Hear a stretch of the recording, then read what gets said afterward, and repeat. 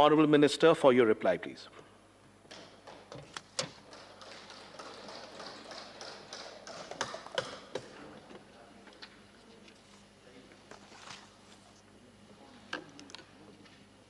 माननीय सभापति जी, मैं आपका धन्यवाद करता हूँ।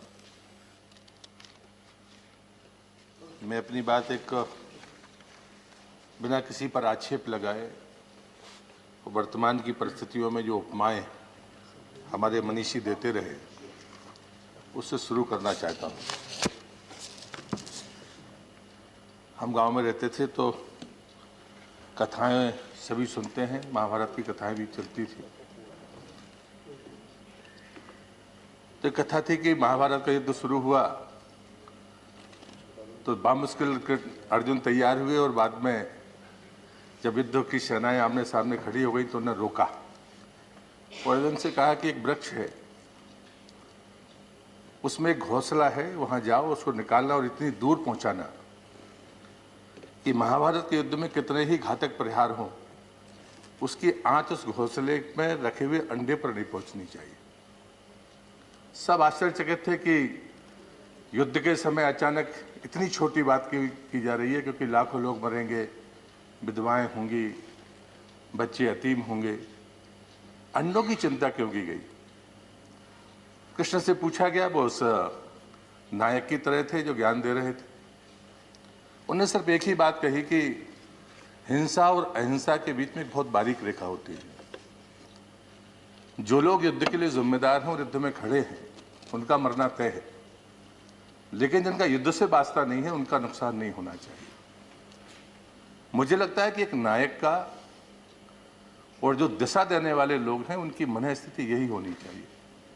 जैसा हिंसा और अहिंसा के बीच एक मामूली फर्क है, ऐसा ही आलोचना और सलाह के बीच भी एक मामूली फर्क है। परिस्थितियां सबको पता है, लेकिन जब हमारे मन में, हमारी नीयत में रहता है कि हमें किसी को नीचा और दिखाना है, विफल दिखाना है, तो वो आलोचना हो जाती है। बात वही होती है, कंटेंट वही होते हैं, आंकड़े वही होते हैं। लेकिन यदि हमें देखना है कि मदद करनी है तो वही आंकड़े होते हैं, वही बातें होती हैं, वही तथ्य होते हैं और वो सलाह बन जाती है। मैं उन तमाम हमारे आदरणीय सांसदों का मैं हृदय से आभार व्यक्त करता हूं जिनने इस चर्चा में भाग लिया। जिस चर्चा की शुरुआत रेड्डी जी ने की, आदरणीय शुक्ला जी, चंद्रशेखर जी, सुब्रमण्यम जी, जिनकी बातों को मैं मानता हूं कि हमारे अधिकारियों ने भी नोट किया है, मैंने भी नोट किया है, सुजीत कुमार जी, केसी राममूर्ति जी, हमारे PKS श्री भवन, शायद मैं कुछ गलत, हाँ जी, श्री M राधा रेड्डी जी, श्रीमती जया बच्चन जी, आदरणीय श्री रामचंद्र सिंह जी, धन्नादास जी मेहताई, श्री AD सिंह जी, नारायण दास गुप्ता जी, श्रीमती छाया वर्मा जी, ब्रजलाल जी, वंदना चौहान जी और अंत में श्रीमती प्रियंका चतुर्वेदी जी। मैं बिना ये सोचे कि कुछ ने आलोचना की है और किसने सलाह दी है, मैं सबका आभार व्यक्त करता हूँ। मैं अपने आध्यात्मिक गुरु जब इस दुनिया में नहीं है, उनके एक उदाहरण से इस चर्चा की शुरुआत करना चाहता हूँ। परम पूज्य बाबा श्री जी ने एक बार मुझसे कहा कि प्रश्न ही किया कि अचानक तूफान आ गया, सब कुछ बर्बाद हो गया, तुम अकेले हो, कोई दिखाने वाला नहीं है। फिर एक चौराहा आ गया, उस चौराहे से कहाँ जाना है कोई तुमको सलाह देने वाला व्यक्ति नहीं है, और जो दिशा सूचक है वो भी टूट कर कहीं दूर पड़ा है। आगे का रास्ता कैसे तय करोगे? सभापति जी, जब कोरोना का काल आया तो ये जो पर्यटन का दिशा सूचक था वो टूट कर कहीं दूर पड़ा था और सारे लोग देख रहे थे कि मैं किस दिशा में जाना है। मैं अपने प्रधानमंत्री का इस बात के लिए धन्यवाद करूंगा, इस बात के लिए उनका अभिनंदन करूंगा कि जहां पर दिशा सूझ नहीं रही थी वहां पर उन्होंने उस दिशा सूचक को लाके खड़ा किया। मेरे आराध्य परम पूज्य श्रीवासी ने मुझसे कहा था कि जहां पर व्यक्ति ना हो, दिशाएं आपका साथ ना दें, वहां पर कोई चीज उसके बाद भी बची रहती है जो आपको रास्ता दे सकती है, और वो है कि जिस रास्ते से आप आए हैं वो रास्ता आपको पता है कि वो किस दिशा से आया है। आप जाइए, साहस जुटाइए, उस दिशा सूचक को उठाइए और उसका वो फलक जहां से आप आए हैं अपनी तरफ करिए, तो बाकी दिशाएं अपने आप रास्ते आपको दिखने लगेंगे। मुझे लगता है देश के प्रधानमंत्री ने कोरोना के बीच में यही महान कार्य किया है। मैं बधाई देना चाहता हूँ। तारीफ सब शब्दों में इसलिए नहीं होती कि हमें कुछ तारीफ करना है इसलिए तारीफ कर दी। हमको परिस्थितियों को समझना पड़ेगा। हमको ये भी देखना होगा कि वास्तव में हमारी दिशा ठीक है या नहीं। बहस तो इस पर होनी चाहिए। पूरी दुनिया प्रताड़ित है, लेकिन जो लोग अपना दावा कर रहे थे कि हमारी स्वास्थ्य सुविधाएं दुनिया में 1 नंबर पर है, जो कह रहे थे हम दूसरे नंबर पर हैं, जिनका आर्थिक तंत्र इतना मजबूत था, जिसकी दम पर दुनिया को वो अपनी उंगलियों पर नचाया करते थे, उन देशों की हालत क्या है। आज हम जरूरतमंद देश हैं। मैं स्वास्थ्य की चर्चा में शामिल नहीं हो रहा हूं उपसभापति जी, लेकिन मुझे कहना पड़ेगा कि हम 78वें स्थान पर हैं स्वास्थ्य की सुविधाओं में। लेकिन हमें हिम्मत कैसे जुटा पाए कि हम 150 से ज्यादा देशों को दवाइयां दे सके। अभी 67 देशों को हम वैक्सीन पहुंचा रहे हैं। हम दुनिया के सबसे बड़े वैक्सीनेशन कार्यक्रम की धरती हैं, लेकिन उसके बाद भी हम दोनों को दे पा रहे हैं। क्यों? क्या ये पैसे का खेल है? क्या ये व्यापार है? अगर मुझे गर्व है अपने प्रधानमंत्री पर, अपनी सरकार पर, और पर्यटन के इस विषम परिस्थितियों में उनको सल्यूट करना चाहता हूं, जो मेरे स्टेक होल्डर से, होटल वाले, टूर एंड ट्रेवलर्स, गाइड्स, उससे जुड़े हुए लोग, उनको मैं सल्यूट करता हूं। इतने बड़े आर्थिक नुकसान के बाद भी वो देश के साथ खड़े हैं, सरकार के साथ खड़े हैं। उनके मन से आलोचना का स्वर नहीं आया। मैं लगातार वर्ष भर में लगातार उनसे बात करता रहा हूं, लेकिन हमको ये तय करना पड़ेगा कि ताकत हमारे पास कहां से आई। भारतीय पर्यटन चाहे देश के बाहर जाए, चाहे देश से बाहर भीतर आए, वो ज्ञान के लिए जाता था, ज्ञान के लिए आता था। ठीक है, परिस्थितियां बदली हैं, बहुत सारे बदलाव हम भी देख रहे हैं। उन बदलावों के साथ हमको चलना होगा, इस बात को मैं स्वीकार करता हूं। लेकिन ये ताकत कहां से आई है? दुनिया क्या देखना चाहती है? पर्यटन परसेप्शन पर चलता है उपसभापति जी।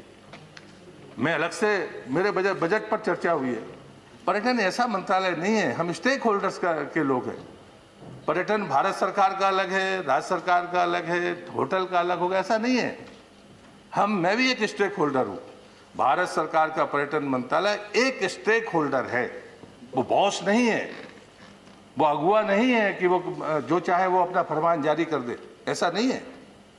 अगर जैसे हमारी बहन ने आखिरी में कहा, क्षमा चाहूंगा, आप अच्छा होती थी, बताती कि आज देश में जो परिवर्तन है उसमें महानगर संकट में है, बड़े होटल्स के ग्रुप संकट में है। पहले क्या थी हमारी नीति? पहले नीति थी कि महानगरों में होटल की दम पर हम दुनिया के विदेशी पर्यटक को आकर्षित करते थे। आज हमारे चारों महानगर इस संकट में, कोई वहां आने के लिए तैयार नहीं है। क्या ये सच्चाई नहीं है? क्या ये बदलाव नहीं है? महाराष्ट्र और केरल जैसे राज्य जो पर्यटकों की पसंदीदा जगह होते थे, आज वहां लोग जाने के लिए तैयार नहीं है, या आप घुसने देने के लिए तैयार नहीं है। क्या ये सच्चाई नहीं है? क्या ये बदलाव नहीं है?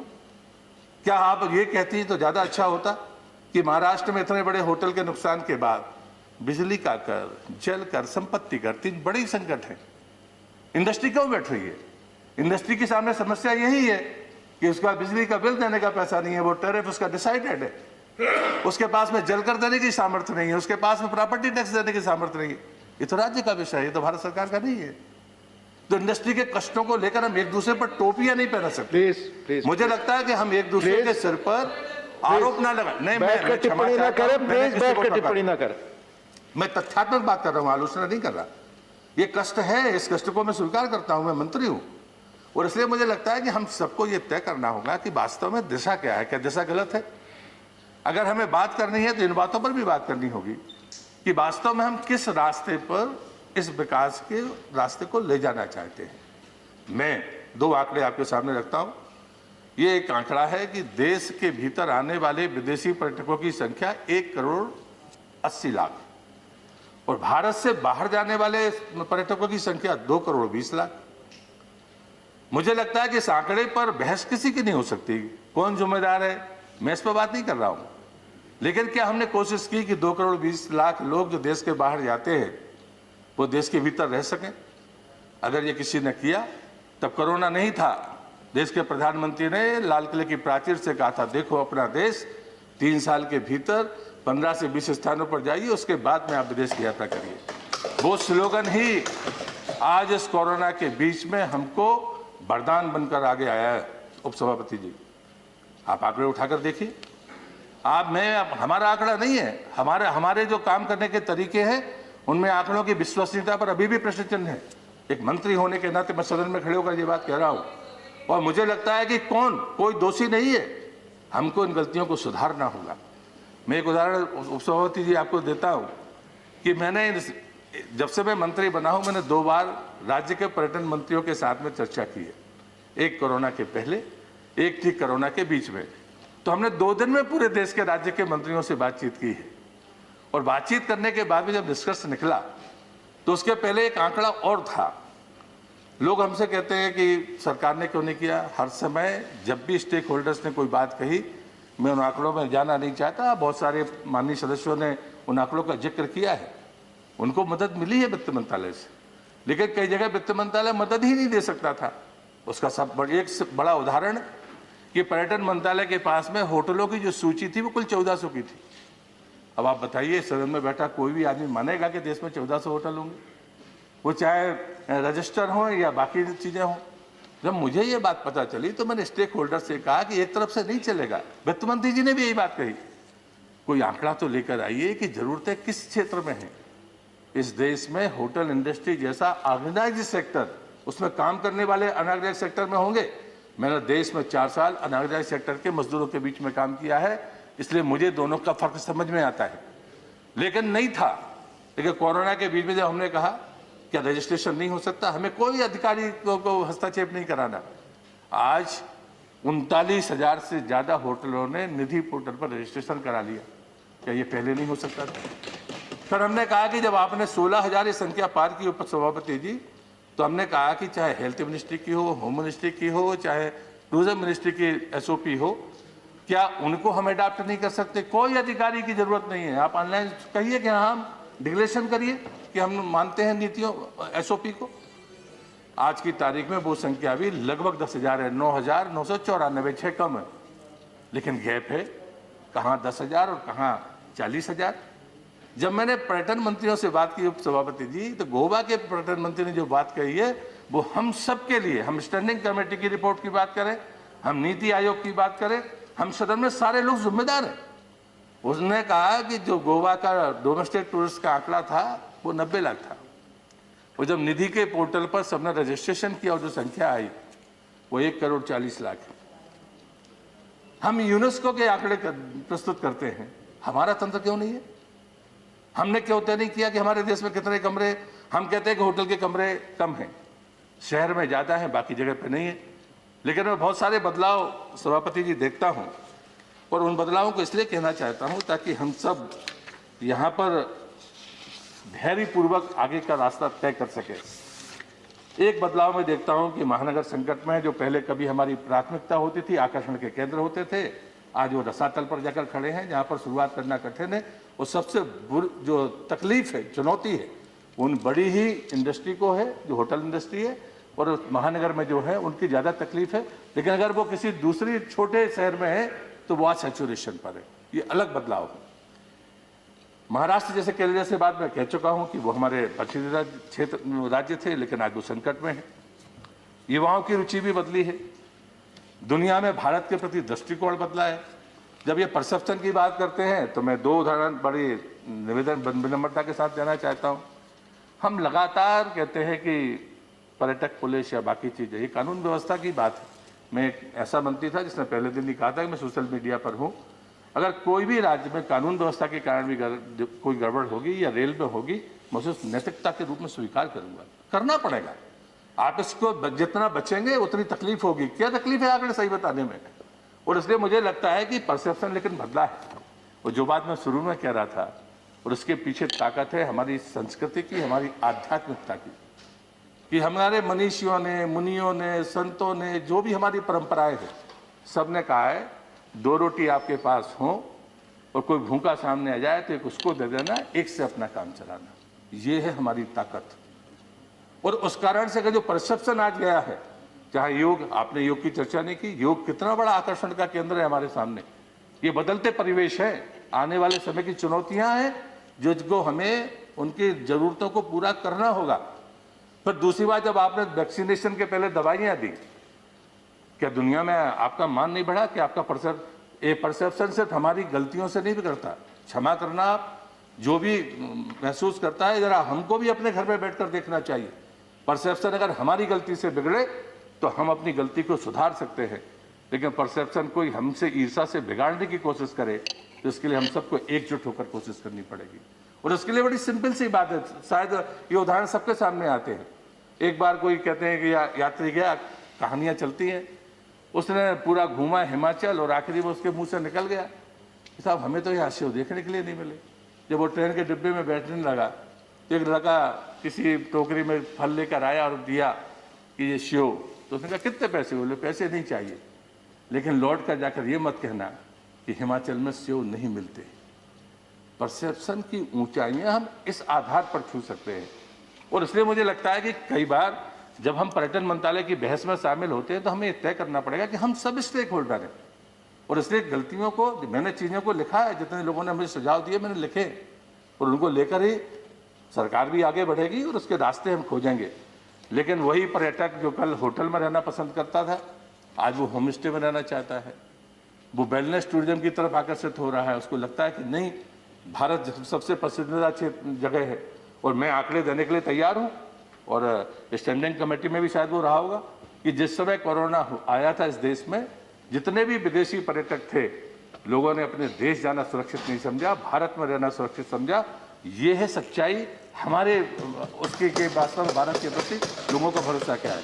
अब वो भरोसा आयुर्वेद के प्रति है, आयुष के प्रति है, वहाँ के हमारे होटल के अतिथि सत्कार को लेकर है। ये मूल्यांकन का विषय हो सकता है, और ये हमारे को इस बात का मूल्यांकन करना चाहिए कि उसका भरोसा किस बात पर था। हमें अगर प्रमोट करना है तो हमें उसे करना चाहिए, लेकिन हम योग की बात कैसे भूल सकते हैं? हमारे इस दवाई और वैक्सीन की बात हम कैसे भूल सकते हैं? और मुझे लगता है कि मैं मानता हूं कि देश के बारे में जो सोचने का नजरिया है दुनिया में, ये तो मानना पड़ेगा कि कोरोना के बाद इसमें जबरदस्त बदलाव आया है। और ये बदलाव भारतीय पर्यटन को निश्चित रूप से इस बात का साहस देता है, मेरे जैसे व्यक्ति के मन में विश्वास अर्जित करता है कि मैं अभी भी 2020 शून्य वर्ष होने के बावजूद भी मैं प्रधानमंत्री द्वारा घोषित उस आंकड़े को बदलने के लिए तैयार नहीं हूं कि विदेशी पर्यटकों की संख्या इस देश में 2024 में दुगनी नहीं होगी, निश्चित रूप से होगी। इसका कष्ट को हम स्वीकार करते हैं, तकलीफों को स्वीकार करते हैं, लेकिन जब हम होटल के परसेप्शन का जब और रिवाइवल की बात करते हैं तो पर्यटक का आना शुरू होता है तो सर्वाइवल शुरू हो जाता है। रिवाइवल उसके बाद की घटना है। लेकिन हम उन विभागों जैसे नहीं है कि जो गति से हमारा नुकसान हुआ है, बाद में हम बहुत धीमी गति से चलेंगे और उसके बाद में हमारा रास्ता निकला है। जी नहीं, ऐसा नहीं है। लोगों ने जम्मू कश्मीर के बारे में बात की है, मैंने राज्यसभा के उत्तर में ही यहाँ जवाब दिया था। मैंने जनवरी 2020 का आंकड़ा दिया था और जनवरी 2021 का आंकड़ा दिया था। बाकी जगह के आंकड़े इकट्ठे होते नहीं है, राज्य सरकारें भेजते नहीं है, लेकिन हमने जम्मू कश्मीर यूटी बनने के बाद, और मैं कारगिल में एक कार्यक्रम में गया था, IISM गुलमर्ग के कार्यक्रम में, और वहां पर हमने कारगिल में उसकी ब्रांच खोली। तो मैं वापस श्रीनगर से जब वापस आया सभापति जी, तो स्वाभाविक है कि मैं पर्यटन मंत्री हूँ तो स्टेक होल्डर से पूछूंगा, वहाँ के अथॉरिटी के लोगों से पूछा। उन्होंने कहा कि पिछले 16 वर्ष के अनुभव ऐसे है कि इससे ज़्यादा टूरिस्ट कभी 16 वर्षों में नहीं आया। तो मैंने आंकड़े मंगाए। जनवरी 2020 में श्रीनगर में जो पर्यटक गए थे वो 3700 कुछ थे, और इस बार जनवरी 2021 में आंकड़ा 19,042 है। मुझे लगता है कि हमको आंकड़े सुधारने चाहिए। एक तो कोई हमारे मित्र कह गए थे कि 200 मिलियन चाइनीज टूरिस्ट होता है, वो 69 बिलियन है। पर जैसे आंकड़े मुझे लगता है सभा के पटल पर नहीं रखने चाहिए। जहाँ साहब बाजू में थे तो मुस्कुरा रहे हैं, पर उनको पता है कि ये आंकड़ा गलत था, उन्होंने कहा। पर मुझे लगता है कि आलोचना नहीं है। जब कभी हम तय करें कि भाई हमें आंकड़े कैसे देना, तो सदन के फ्लोर पर हमें आंकड़े सही प्रस्तुत करने चाहिए। आलोचना करना आपका अधिकार है, आप आलोचना करें, लेकिन मुझे लगता है कि सलाह जब मांगी जाएगी तो ये देश के लिए सलाह है। पर्यटन ऐसा मंत्रालय है जहाँ पर देश की साखें भी साथ में चलती है। प्रतिष्ठा, अगर कहीं कोई किसी पर्यटक के साथ अभद्र व्यवहार होगा, कोई नहीं कहता कि आपका मध्य प्रदेश में हुआ, वो कहता भारत में मेरे साथ अन्याय हुआ है। प्रतिष्ठा सबकी जाती है, और इसी भाव से मुझे लगता है कि हम सबको यहाँ पर देखना होगा। जो बदलाव हैं वो नए लोगों में भी है, अवसर जरूर हमारे सामने है, और वो अवसर है जिसमें बहुत सारे लोगों ने कहा है वेलनेस टूरिज्म है, हमारा जो एडवेंचर टूरिज्म है उसमें अवसर हैं। एक समय चीन हमारी प्राथमिकता होती थी, हमारी पॉलिसी का हिस्सा होता था टूरिज्म पॉलिसी का, कि चीन को हम आकर्षित करें बुद्धिज्म के नाम पर, वो आएंगे। लेकिन अब बिल्कुल बात बदल गई है। अब चीन के लोगों को प्रवेश के लिए हमारा देश तैयार नहीं है, लेकिन जो चीन जाने वाले देश, अन्य देशों के पर्यटक हैं, वो अब हमारी प्राथमिकता है, क्योंकि उनके मन में भारत के प्रति जो आकर्षण पैदा हुआ है, क्या हम उसको पूरा कर पाएंगे। मुझे लगता है कि ये जो बदलाव हैं, इन बदलावों पर हमें चर्चा करनी होगी। क्रूज टूरिज्म की बात की है, इको टूरिज्म की बात की है, ये बदलाव हैं जिनको मैं देखता हूँ, और इसलिए मैं बड़ी विनम्रता के साथ में कहूँगा कि आपके सुझाव अच्छे हैं, और पैसे के लिए ये सरकार ऐसी नहीं है जो कहे कि हमने बजट दे दिया, जितने हमने खर्च किए तो उतने तो उन्हें दे ही दिए। आप ही ने कहा कि खर्च नहीं किए। वो खर्च ना करने के पीछे अगर आप कारण जानेंगे तो शायद थोड़ा सा आपको तकलीफ होगी। ये जो स्वदेश दर्शन और सुप्रसाद है, ये राज्यों के पास है। आपने महाराष्ट्र के बारे में उदाहरण दिया, मैं आपको बोलता हूँ 2015 से जितनी बार पैसा गया, एक भी योजना पूरी नहीं हुई महाराष्ट्र सरकार किसी को कह सकती है आप, आज भी नहीं हुआ। मुझे लगता है इस बहस में क्यों पड़ना, नहीं हुई ना। भारत सरकार ने तय किया उपाध्यक्ष जी कि हम एक योजना पूरी होंगे, हम दूसरे दिन आपको दूसरी योजना देंगे, आप पूरा करिए। यूपी ने यही काम कर लिया, पैसा मिलेगा।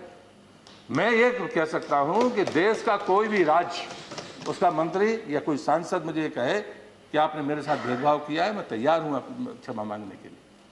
मुझे लगता है कि काम तो हमें सबको मिलकर करना पड़ेगा।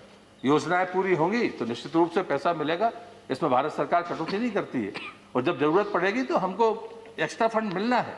हमारी आइकॉनिक साइट्स की हमने बात की है, आपने कहा कि बहुत सारे लोगों ने, किसी ने कहा कि साहब हम विश्व स्तर पर कुछ करना नहीं चाहते, बहुत कुछ किया है। ASI हो, हमने 19 आइकॉनिक साइट्स की चिंता की है, और वो 19 आइकॉनिक साइट में हमने ये भी तय किया है कि वर्ल्ड क्लास सारी चीज़ें वहाँ पर उपलब्ध कराएं। अभी हमने ASI पर्यटन मंत्रालय का हिस्सा उपसभापति जी नहीं है, लेकिन जब पर्यटक आता है तो हमारे स्मारकों पर जाता है। अब यहाँ पर जया जी नहीं है, 5 महीने पहले हमने तय किया, जब फिल्म इंडस्ट्री के लोगों से मेरी बातचीत हुई तो हमने उसी दिन उन्होंने कहा कि 1 साल लगता है एक स्मारक के फिल्म बनाने की परमिशन लेने में। मैंने कहा 20 दिन में आपको ऑनलाइन मिलेगी।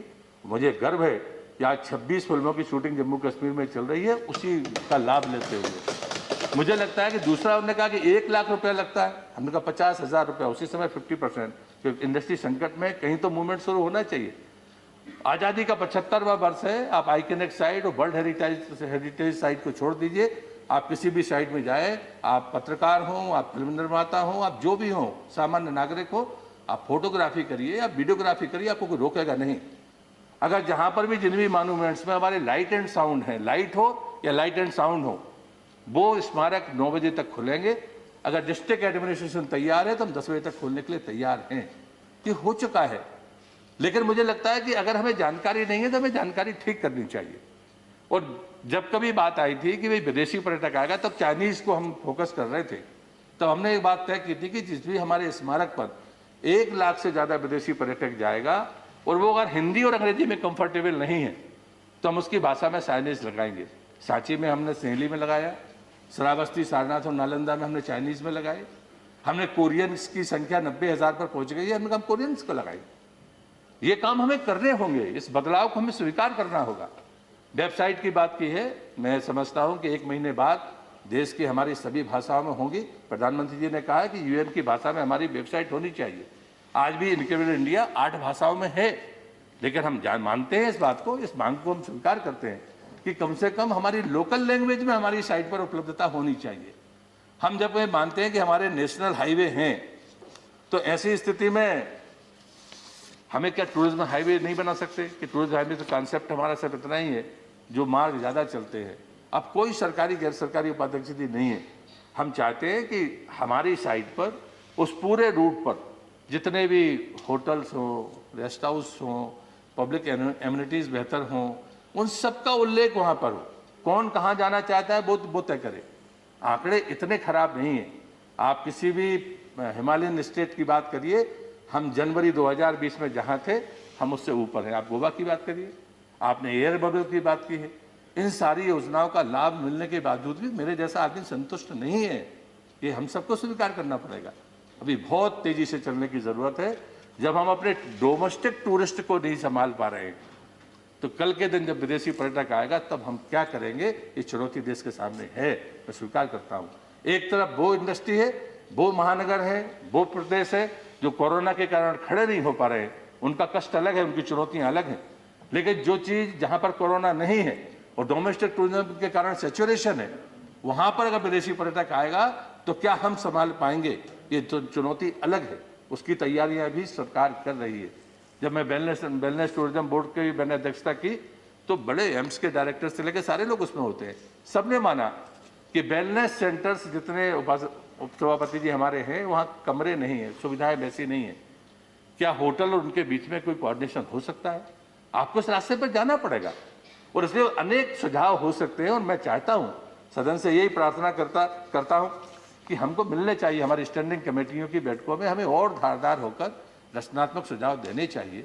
नीति आयोग जो निर्देश देता है या हमको दिशा निर्देश देता है, उनसे इतर भी हमको नए सिरे से सोचना होगा। देश के सामने जो परिस्थितियां अभी हैं, उन परिस्थितियों में हमको इस आपदा में बेहतरीन अवसर का अंदाजा मिला है। बेहतरीन अवसर हमारे सामने है। जो प्रधानमंत्री जी कहते हैं वो गलत नहीं कहा, वो अवसर हमारे सामने है। उस संभावना के कारण मैंने आप सबको इस बात को लिए कहा है। और मैं अंत में वैक्सीन को लेकर एक बात कहूंगा कि एडवेंट जनरल ने जब टीका बनाया था चेचक का, तो सबसे पहले कहते हैं उसने अपने को लगाया था और उसको लगा कि जितने ये गाय चराने वाले हैं इनको चेचक नहीं होता, उनको सपोज फपोले पड़ जाते हैं। उसके लिक्विड को लेकर उसने अपने भीतर इंजेक्ट किया और फिर बाद में चेचक का टीका लगाया और बाद में उसको उसका इफेक्ट नहीं हुआ। उपाध्यक्ष जी, ये उदाहरण मैं इसलिए दे रहा हूँ, वैक्सीन राजनीति नहीं है। वैक्सीन के साथ में हमने कोई व्यापार नहीं किया, परोपकार पहले किया, व्यापार की बात हमने बाद में शायद जो बना रहे हैं वो सोचेंगे। लेकिन हमें समझना पड़ेगा कि देश के वैज्ञानिक इस बरफ विषम परिस्थिति में, देश के वैज्ञानिक, देश का नेतृत्व और देश इस एकजुटता के साथ खड़ा हुआ। उसके बाद डोमेस्टिक टूरिस्ट ने जिस प्रकार भारतीय पर्यटन को संभालने का काम किया है, मैं इस सदन में खड़े होकर आपके माध्यम से देश को धन्यवाद करना चाहता हूं, उनको सल्यूट करना चाहता हूं। मैं उन तमाम स्टेक होल्डर्स की उनकी कठिनाइयों को मैं समझता हूं। जो मैडम चौहान जी ने जो कहा है, मैं खुद अभी जो आपने समस्याएं बताई हैं, उन समस्याओं को लेकर अभी स्टैच्यू ऑफ यूनिटी पर जो लगातार 3 दिन की कॉन्फ्रेंस रही है, उसमें मैं विजुअल बाकायदा जुड़ा रहा हूँ। और आप उनसे अगर पूछेंगे तो मैं खुद उनके प्रतिनिधि को लेकर मंत्री एविएशन मिनिस्टर के साथ जाकर मिला था। इस बीच में जितने भी ग्रेविएशंस हमारे पास में आए, पैसा हमको वापस नहीं मिल रहा, इवन जो हमारे टूर एंड ट्रेवलर्स हैं उनको भी। लेकिन मैंने उनसे भी ये बात कही है कि जैसे होटल के लोग एक प्लेटफॉर्म पर आए हैं, कृपया आप भी आइए। मैं आपसे ही पूछूंगा, मेरी जगह पर आप होंगी और आप कहें कि साहब टूर एंड ट्रेवल्स को मदद करनी है, मेरे पास डेटा नहीं है, मैं किसकी बात पर विश्वास करूँ? कल के दिन आरोप मुझे पे ही लगेंगे कि आपने इसको अपने चहेते को पैसा दे दिया। कोई आंकड़ा नहीं है, क्षमा करिएगा। और जहां तक सवाल गाइड्स का है, पिछले 6 साल से विवाद चल रहा था गाइड का, रीजनल गाइड्स का, उसका समाधान मैंने किया है। और उसके बाद में टूरिस्ट फैसिलिटेटर कोर्स हमने शुरू किया, जिसमें 5,500 से ज़्यादा लोग पंजीकृत हुए। उसमें से 2800 लोगों ने भी एग्जाम दिया है। क्योंकि बीच में बच्चे आए नहीं थे तो 4 बार वो एग्जाम बाकी किस्तों में आगे बढ़ा है। रिजल्ट एक साथ आएगा। 1 हफ्ते के भीतर हमारे पास में लगभग 2900 टूरिस्ट फैसिलिटेटर्स होंगे, जो कम से कम जहाँ जहाँ पर भी वो के रहने वाले हैं उनके पास में इतनी तथ्यात्मक जानकारियाँ होंगी। अगर वो गाइड बनना चाहते हैं तो उनको एक यूएन की भाषा और हमारी कोई स्टेट की एक लैंग्वेज का अध्ययन करना होगा। अगर वो उस राज्य में हैं और जानते हैं तो वो सिर्फ एक यूएन की भाषा को सीखें और उसके बाद हमको गाइड की मान्यता देंगे। क्योंकि अभी मैंने एएसआई के साथ में शुरू किया है कि मॉन्यूमेंट्स हमारे पास कुल 3,772 रजिस्टर है, लेकिन देश में वो संख्या तो 10,000 से ऊपर है। हमने उसकी रिलिस्टिंग का काम शुरू किया है।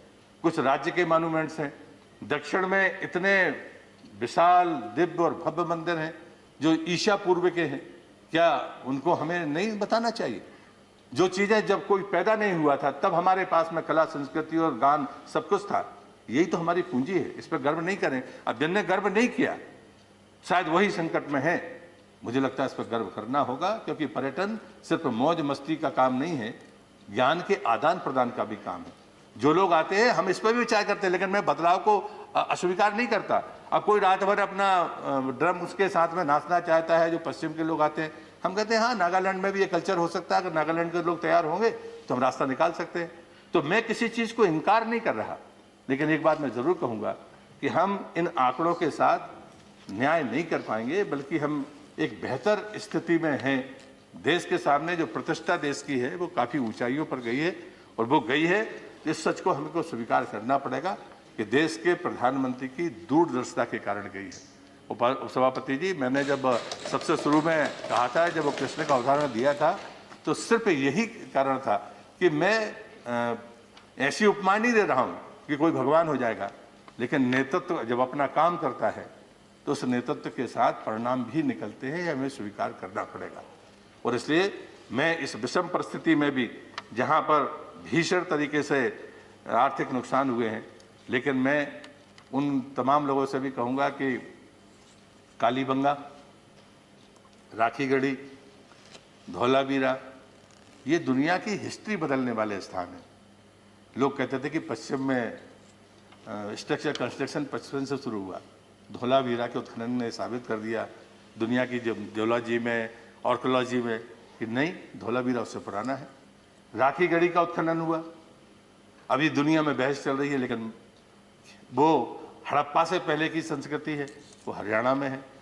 कालीबंगा राजस्थान में है, कलाड़ी तमिलनाडु में है, अरेचुल्लूर वहाँ पर है, देश के अनेक स्थानों पर मैं आखिरी में यही कहूँगा कि ज्ञान की धरती है। हमारे पास वो सब कुछ है जो दुनिया देखना चाहती है, लेकिन जब पर्यटक आए तो हम उसकी ज़रूरतों को पूरा कर पाए। अगर वो बदले परिवेश में होम स्टे में रहना चाहते हैं तो हमारे पास में वो ताकत भी होनी चाहिए। अगर वो चाहता है कि मैं किसी खेत के बने मकान में रहना चाहता हूँ तो होना चाहिए। आज आप पिछले 4 महीने के आंकड़े उठाकर देखिए, कोई भी हमारा टाइगर प्रोजेक्ट, कोई भी हमारा रिजर्व फॉरेस्ट, कोई भी हमारा छोटा डेस्टिनेशन कोई खाली मिलता हो तो बताइए। लेकिन ये सच है कि दूसरा जो पक्ष है, जो मैंने पहले कहा है, वो निश्चित रूप से चुनौती से भरा हुआ है, और इन दोनों के बीच में तालमेल बिठाने की ज़रूरत है। इस बात को मैं स्वीकार करता हूँ।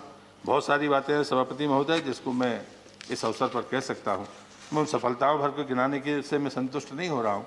मैं मानता हूँ कि बहुत कुछ अभी करने की ज़रूरत है, और जिसके लिए सरकार सजग है, और हमारा नेतृत्व वो उनके हर भाषण में कहीं ना कहीं टूरिज्म का संकेत होता है, और इसलिए जो वो कहते हैं मुझे लगता है वो पॉलिसी है। और टूरिज्म पॉलिसी हमने सारे राज्यों को पहुंचाई है, सारे स्टेक होल्डर्स को पहुंचाई है। 1 महीने के आसपास हो गया है। बहुत जल्दी हमारी कोशिश होगी, क्योंकि लगातार जो प्रश्न उठते हैं उसी बात पर उठते हैं कि अगर टूरिज्म पॉलिसी बनेगी कि नहीं बनेगी। पर मुझे लगता है कि इस बदलाव के बाद जो पॉलिसी बनेगी वो दुनिया में वही स्थान प्राप्त करने के लिए बनेगी जो भारत का लक्ष्य है। और हम पूरा विश्वास करते हैं कि 2014 में हम 65वें स्थान से 5 वर्षों में 34वें स्थान पर आए थे। हमारी यात्रा 34 में से 1 नंबर की जानी थी। 1 वर्ष 0 वर्ष हो गया, लेकिन उपसभापति जी, मेरा भरोसा है देश की जनता पर, यहाँ की संस्कृति पर, यहाँ के मूल्यों पर, हमारे देश के नेतृत्व पर, कि मैं आंकड़ा बदलूंगा नहीं। जो लक्ष्य हमने तय किया है 2024 में वो प्राप्त करेंगे। चुनौतियाँ हैं, कठिनाइयाँ हैं, और कठिनाइयों को सुगमता से पार करेंगे। और मैं यही प्रार्थना करते हुए अपनी बात को यहाँ पर समाप्त करूँगा कि हम सब यही मानकर चले कि हम सब साथ हैं। देश के लिए पर्यटन मंत्रालय कोई अलग से ऐसा मंत्रालय नहीं है जिसकी जिम्मेदारी मैं नैतिक रूप से या संवैधानिक रूप से ले सकूं। नैतिक रूप से तो ले सकता हूं, संवैधानिक रूप से नहीं ले सकता हूं। और इसलिए ऐसे बहुत अनेक काम हुए हैं जिनको शायद मैं लंबा कह सकता हूं, लेकिन समय की अपनी मर्यादा है। आपने मुझे पर्याप्त समय दिया है, और मैं पहले तो सोच कर लाया था कि कहूँगा, लेकिन मुझे लगता है शेर को कहकर ही अपनी बात खत्म कर देता हूँ। सामान्यतः शेर में पढ़ना मुझे आता नहीं है, लेकिन जैसा हम सदन में पढ़ते हैं, सुनते रहते हैं कि बहुत सारे लोग हैं जो मन में मानते होंगे कि नहीं। और मैं सच में हृदय से धन्यवाद करता हूँ, किसी भी सदस्य ने कोई ऐसी आलोचना नहीं की जो मन को दुखा दे या कोई गलत दिशा में हो। आपने सबने सही बात कही है। फर्क हो सकता है कि हमको लगता है कि क्या होगा, और शायद हम कुछ बातें स्वीकार नहीं कर पाते होंगे कुछ कारणों से। तो कुछ तो मजबूरियां रही होंगी, यूं कोई बेवफा नहीं होता। शायद आप ही ने कहा था एक बार, तो वही मैंने लिख रखा हुआ है। जी बहुत चाहता है सच बोले, क्या करे हौसला नहीं होता। मुझे लगता है कि मैं फिर से सदन के सभी सदस्यों का धन्यवाद करते हुए इस चर्चा में आपने भाग लिया, और मैं मानता हूं पर्यटन आर्थिक दृष्टिकोण से, रोजगार की दृष्टि से महत्वपूर्ण क्षेत्र है, जिसमें देश आगे बढ़ेगा, गति के साथ बढ़ेगा। आप सबका सहयोग ऐसे ही मिलेगा। इस आशा के साथ मैं अपनी बात को उपाध्यक्ष जी समाप्त करता हूं, और आपका भी हृदय से धन्यवाद करता हूं। बहुत बहुत धन्यवाद। धन्यवाद। मैसेज